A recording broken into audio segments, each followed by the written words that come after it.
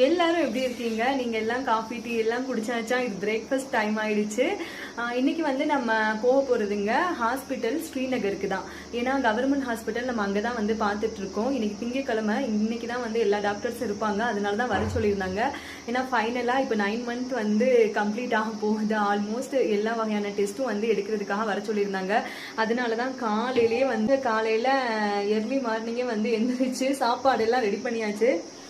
செம்ம ஸ்மெல்லா இருக்குங்க சன்னா மசாலா. 2 பேர் தான் போக போறோம். 3 பேருக்கு இந்த சாப்பாடே வந்து போதுமானது. நான் கொஞ்சமா தான் சாப்பிடுவோம். இடையில வாழைப்பழம் ஏதாவது வாங்கி சாப்பிட்டுக்கிற வேண்டியதுதான். அது மட்டும் இல்லாம இருங்க, நம்ம வீட்லயே வந்து ஒரு பிரதர் வந்து ஒர்க் பண்ணிட்டு இருக்காங்க. கதவு இதெல்லாம் வந்து செட் பண்ணிட்டு இருக்காங்க. ஸோ அவங்களுக்கு வந்து சாப்பாடு கொடுக்காம எப்படி வந்து போகும்?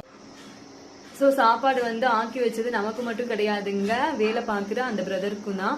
ஏன்னா உட் ஒர்க்கு கதவு இதெல்லாம் மாற்ற வேலை வந்து போயிட்டு இருக்கு. மாஸ்டருக்கு வந்து தெரிஞ்சவங்க தான். இப்போ நம்ம மட்டும் சாப்பாடு அங்கே கொண்டு போயிட்டு அவங்க இங்கே ஒர்க் பண்ணிட்டு இருக்காங்க இல்லை அப்படிங்கிறதுனால அவங்களாவே வந்து குடிச்சுப்பாங்க. அதே மாதிரி சாப்பாடும் வந்து ஆக்கி வச்சாச்சு, அவங்களாவே போட்டு சாப்பிட்டுப்பாங்க. ஏன்னா அங்கே பசியா இருக்கும், அவங்க எப்படி ஒர்க் பண்ண முடியும்? அதனால தான் காலையில எல்லா ப்ரிப்பரேஷனும் வந்து முடிச்சுட்டு இப்போதாங்க ஹாஸ்பிட்டலுக்கு போக போறோம்.